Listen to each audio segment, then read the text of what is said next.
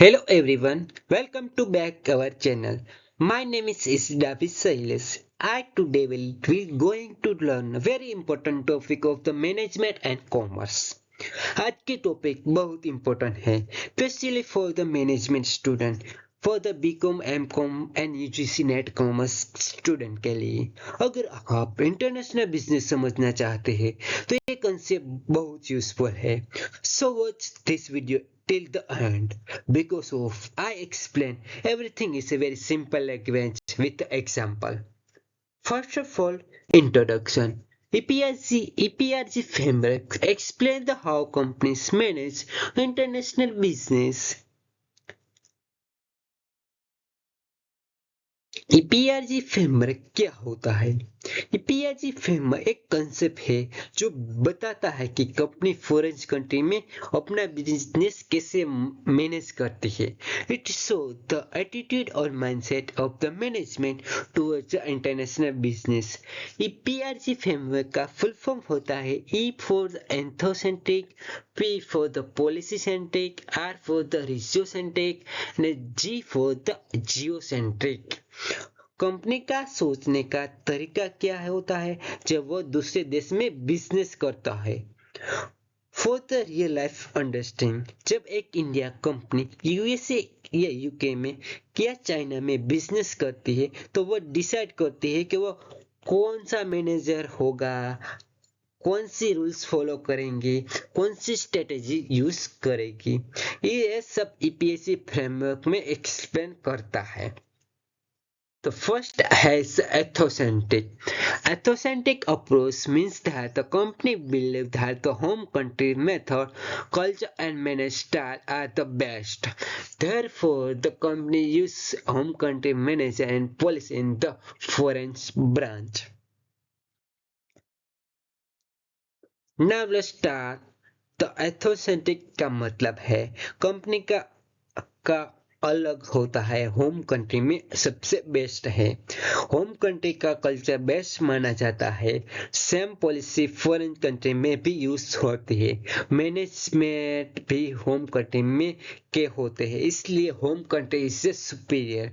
Example, अगर एक Indian company US में ब्रांच खोलती है और उसमें होने वाला इंडिया का मैनेजर भेजती है और इंडिया में रूल्स भी फॉलो करती है, तो इस एथोसेंट्रिक अप्रोच में इसी कंट्रोल होता है, same policy, everything where is strong decision making होता है. Then second is policy-centric. The policy-centric approach means a company believes that each country is different, so it is allow local people to manage the business is their own country. Each industry is different.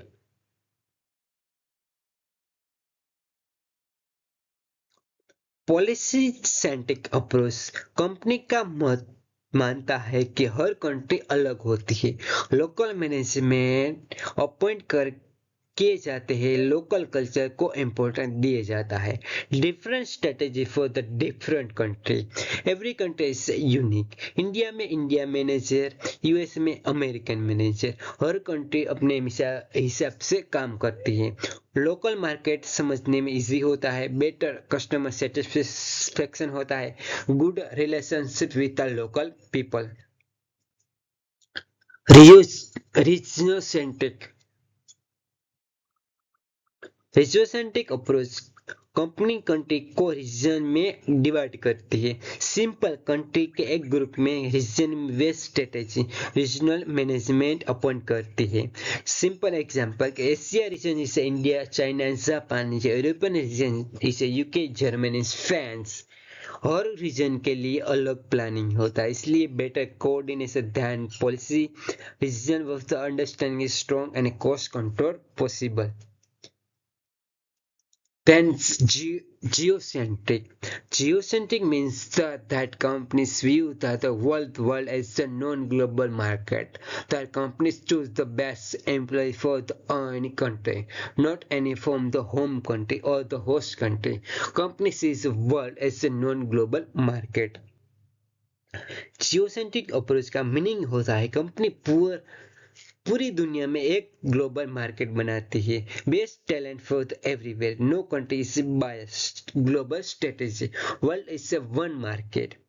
For the example, company India, USA, Japan जब जगह से best everyone employ higher करती है, इस global level इसे decision लेते हैं। Example with advantage is best talent selection, global growth, strong international image. Then conclusion. This approach focus area was the ethnocentric home country, polycentric is a host country, geocentric is a region, and geocentric is global. इस table में exam में बहुत important है। ईपीआईजी framework company को help करता है कि वो डिसाइड करे कैसे मैनेजर को फॉरेन बिजनेस में यूज स्ट्रेटेजी बेस रहेंगे। ईपीआईजी फ्रेमवर्क हेल्प कंपनी के मैनेज इंटरनेशनल बिजनेस में इफेक्टिवली मैनेज करने में उपयोग करते हैं। Then thank you so much for the found this video helpful.